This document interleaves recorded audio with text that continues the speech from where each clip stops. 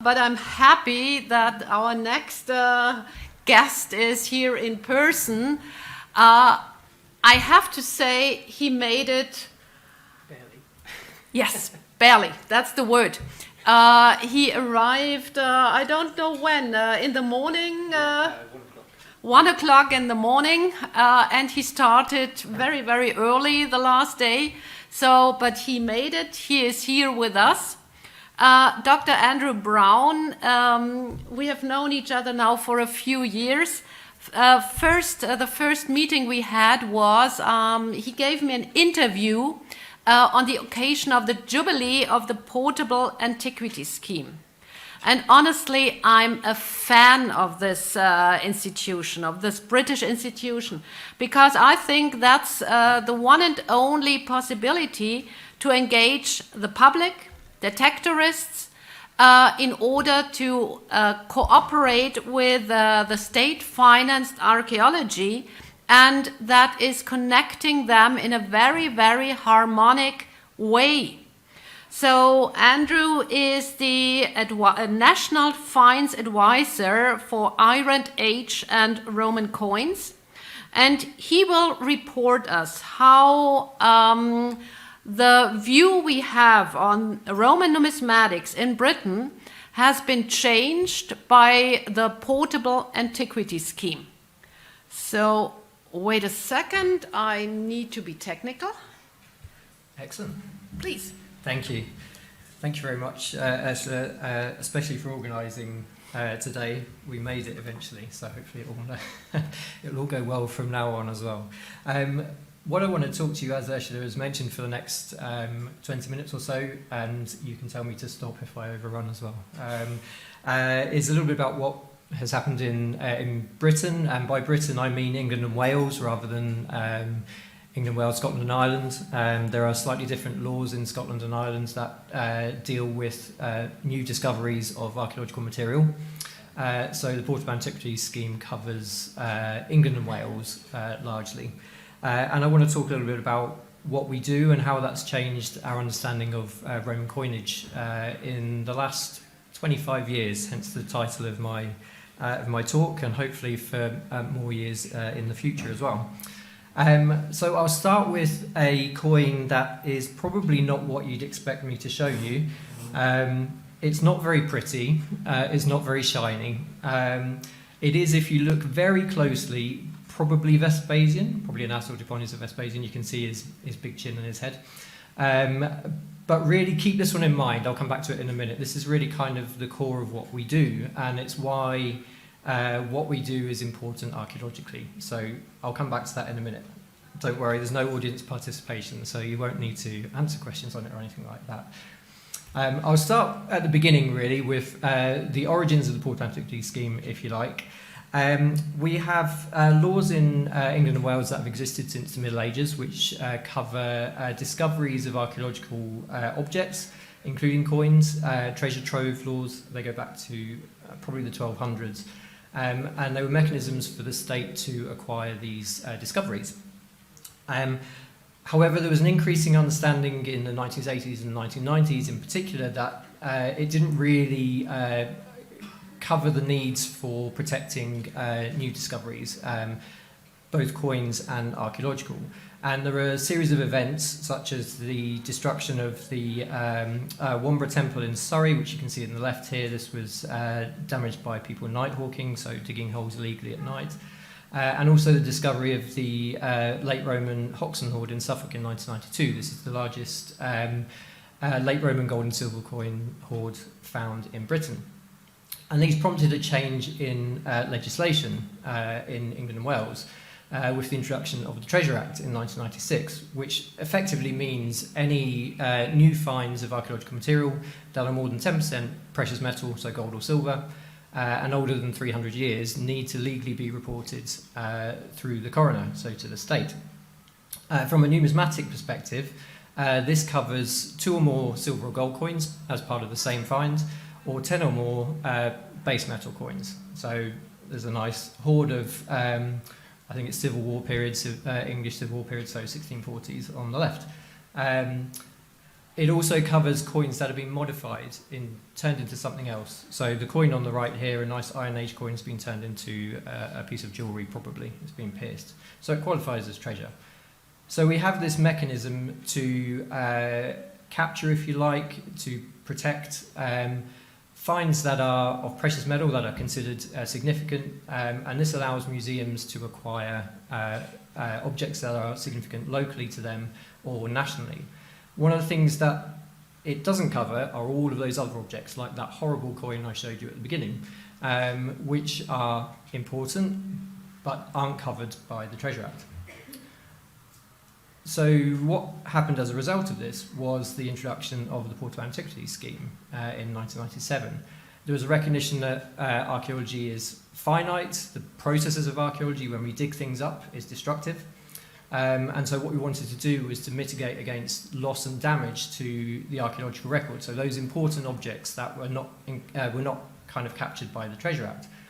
And the PAS was designed to do this, and what we were after is good data, so people reporting material to us.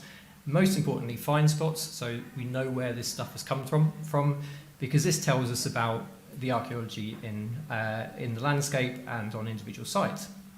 And you can see a mosaic here from Dinnington with some nice plough scars, and this is just to kind of show you the processes by which the material comes into the plough soil. Most of the material that we have reported to us is from metal detectorists who are actively in the landscape searching for material, and when we have agriculture and things like that pulling the material up into the plough soil, it's those kind of things that they're finding and reporting to us. We have now over about 900 academic research projects that are registered through the PAS database that use our data or have used our data since it began.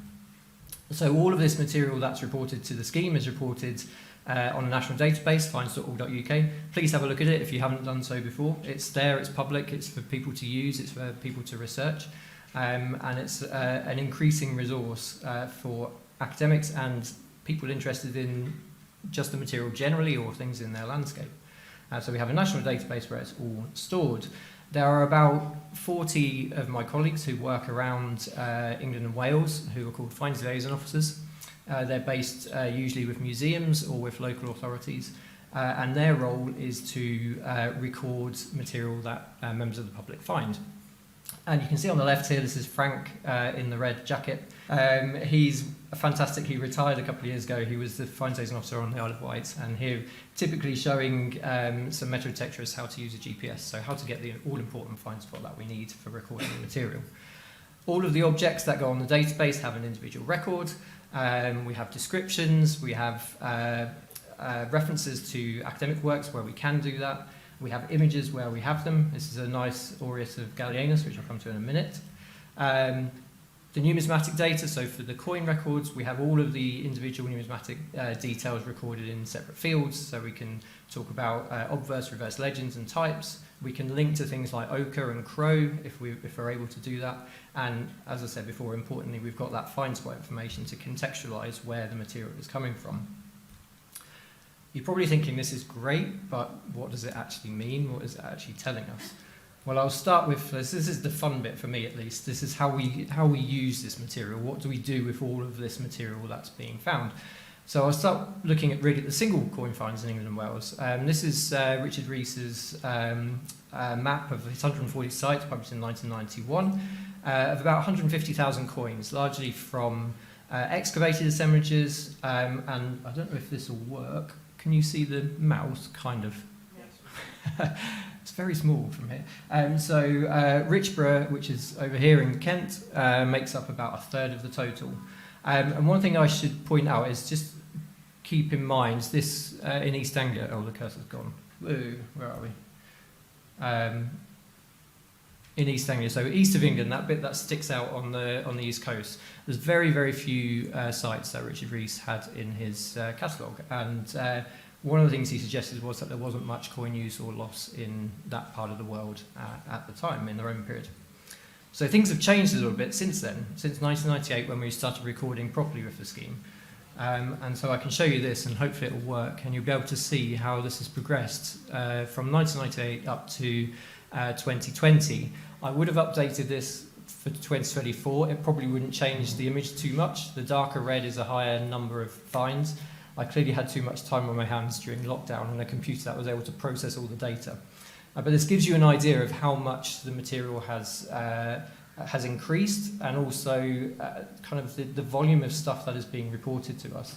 So we're in a situation now, as of 2024, where we have about 1.7 million archaeological objects on the PAS database, and about 600,000 of those are coins. So coins generally, but then on top of that we can add coin hoards and jettons and tokens and other numismatic items, but coins in particular, about 600,000, and over 360,000 of those are Roman. So the map on the right there with the green dots shows you the individual find spots of all of those coins. So as you can see, Richard Rees's suggestion of East Anglia not having much coins is, has changed a little bit since 1991, and in fact East Anglia is probably one of the richest regions in terms of the volume of material that we see. Another way of looking at this is just dots on map, but we can look at concentrations of materials. So the same map, but this time looking at a heat map, so where we're getting the volume of groups of coins as much as individual coins. And you can see again the southwest through to East Anglia and up into Lincolnshire and Yorkshire are really turning up huge amounts of material. This is partly a result of them being rural landscape today, as well as in the Roman period, so the material is easily accessible, but also I think reflects largely what was happening in the Roman period. So I could have called this talk How to Make Sense of 500,000 Coins, because this is actually what we have, and it's increasingly difficult to work out what we do with this material in a sensible way, because there is just so much of it. Some of it is fantastic. I'll show you some nice pictures of coins rather than lots of maps. We have some wonderful coins that turn up every year, every now and again. This As of Domitian, at the top left, is one of my favourites. I think it was found in a river, hence its preservation. We occasionally get some nice gold. Gallienus, of course, I have to show you one of Electus, one of the usurper emperors, one of only, well, fewer than 30, about 26, 27 of these ever known. Didier Clara, this was the first one we'd had through the PS, and she's very, very rare in Britain. So we get some really nice and unusual coins every year. We get one or two varieties, especially in the Iron Age, and occasionally some new types. So these are great, but also the bulk of what we see, going back to the one that I showed you right at the beginning, if you can remember that far back, are the grotty ones. The ones that make up the coins that were used every day by the population in Britain at the time, in the Roman period, and which we see on rural sites in particular in large numbers. So here's our Vespasian again, but also a big pile of what are lovingly termed grots by metal detectorists, occasionally by us, although it's probably not the best academic term to use to describe them.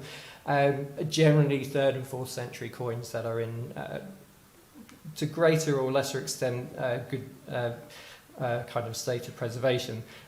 This pile on the left is probably mostly 4th century. But the important thing to stress here is that, and what we try and kind of get across to finders in particular and to the public, is that these are as important, if not more so, than those individual nice fancy gold coins and shiny silver coins, which are wonderful numismatically, but this material archaeologically, with this bulk of finds, is really significant, and it's telling us lots of new things.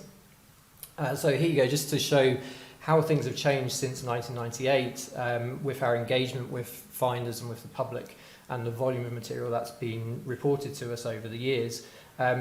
So we started off fairly low in 1998. There's a nice spike here in 2006-ish, I think it is. This was when my former boss, Sam Moorhead, joined the scheme and went on a grot recording drive. So he went round all of the metal detecting clubs in England and got them to record all their horrible coins, which is why we got a nice spike there. But it averaged out at about 15 to 20,000 coins recorded through the PS every year. Obviously a drop during COVID, so 2020-21, where there were restrictions on metal detecting and on contact with finders, but it's picked up again, and this year, although it's down a little bit at the moment, I think we'll probably be back up towards the 12,000-15,000 number again. So it's a large amount of material coming in every year.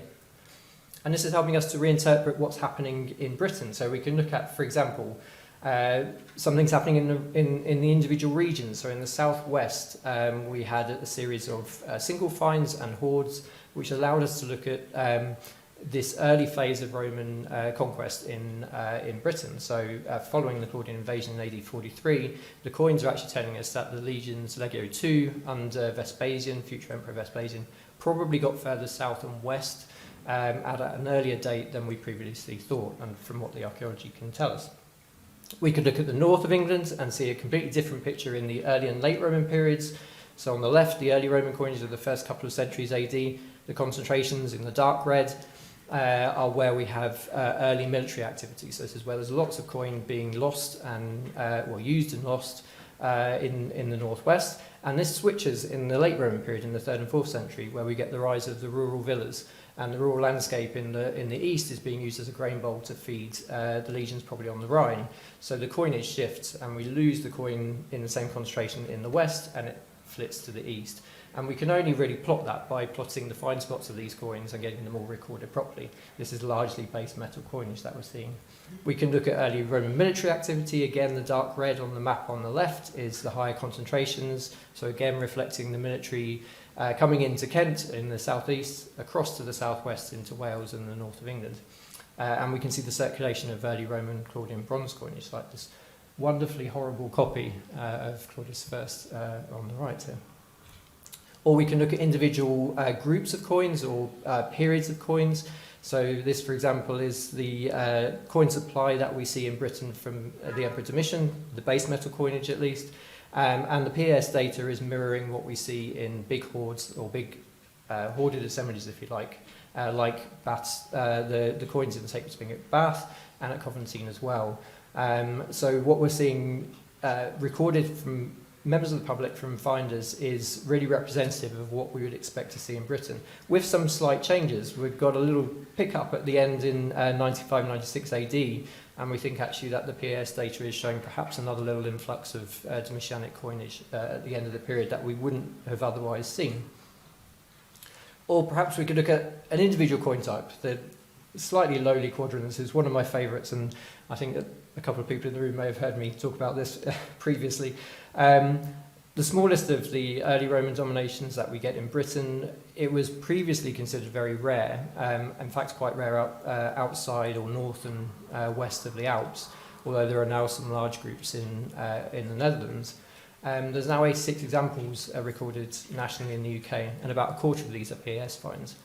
And by being able to plot these, we can begin to interpret the coinage based on individual coin types.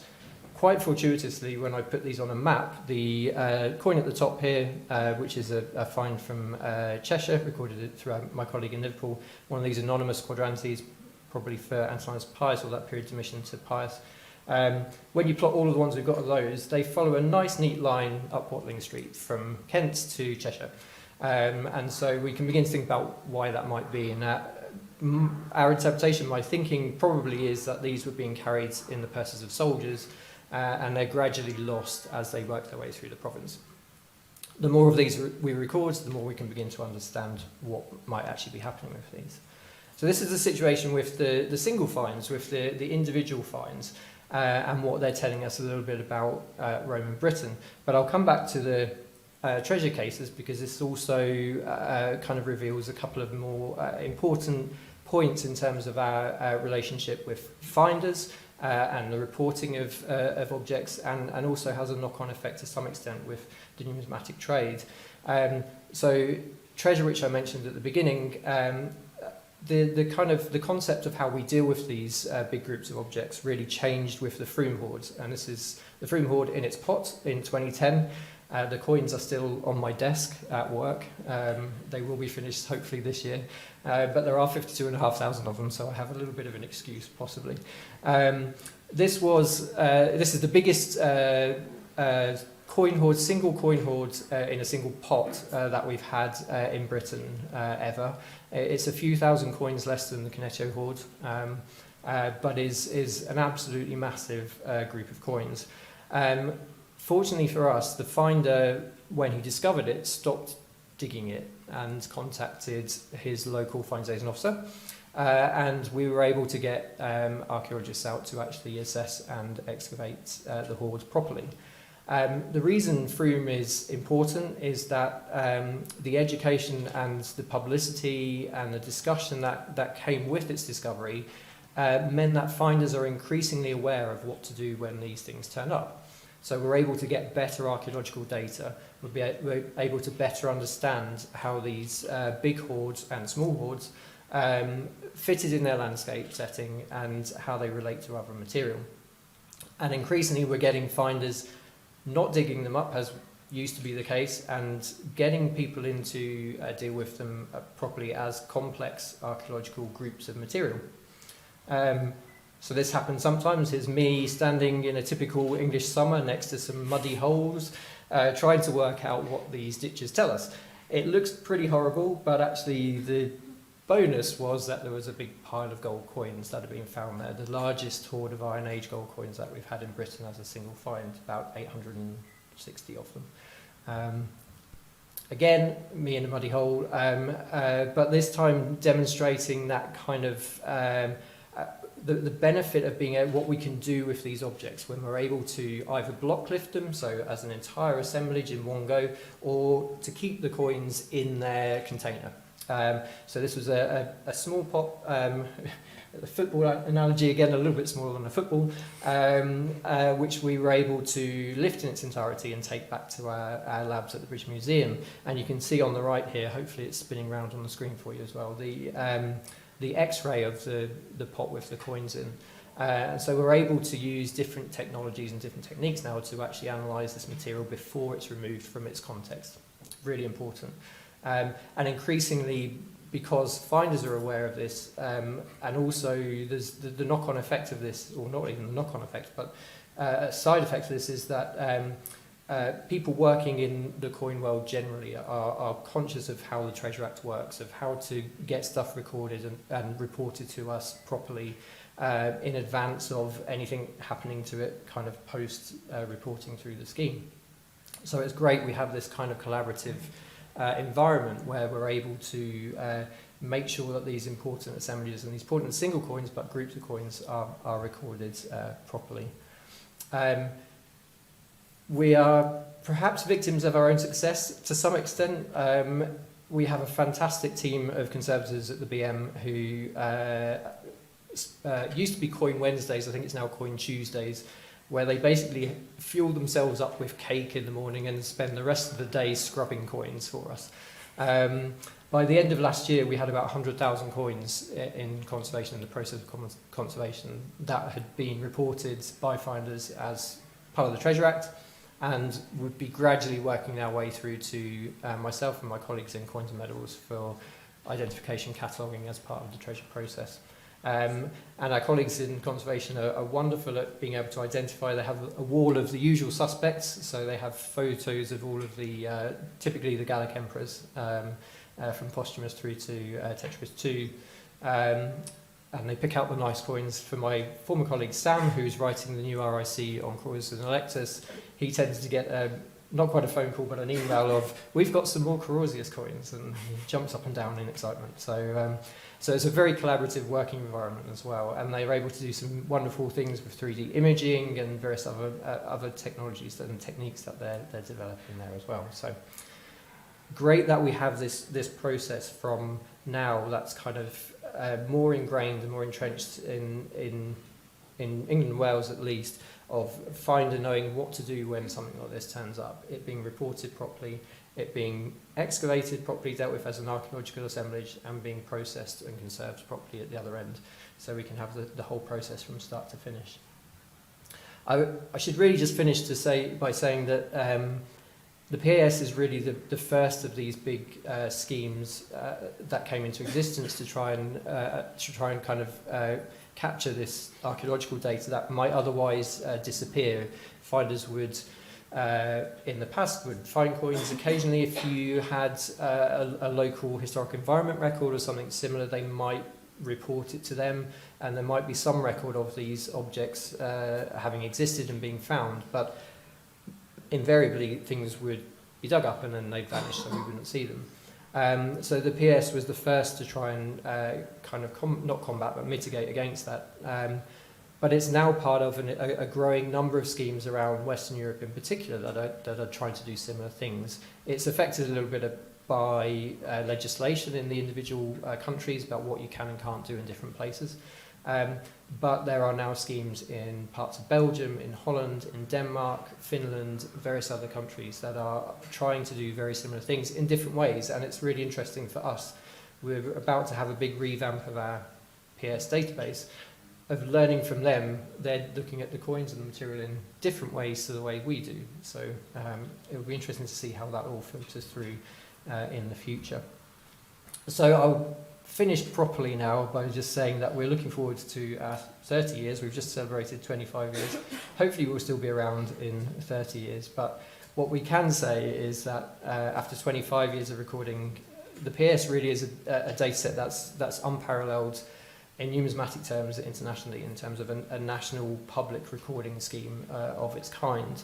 From a numismatic perspective, there's huge potential to produce new material, new coin types, oddities, and also to study these in their proper archaeological setting.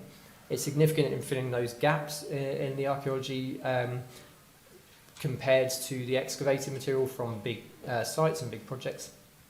And the volume of material that's being recorded year on year allows us to look at the data in much greater detail and to begin to kind of draw out some of those themes that I touched on, how we can interpret the Roman landscape, what does it mean, what is all this data telling us for Roman Britain. And most importantly, I think it's demonstrating these increased and ongoing collaborations between all of the stakeholders involved in archaeology, but in particular numismatics, and that's everyone from finders who are incredibly knowledgeable, scarily so in some cases, of the numismatic material, of dealers, of museums, of general public in dealing with this numismatic material. So hopefully we'll reach our Votus XXX at some stage, and thank you very much.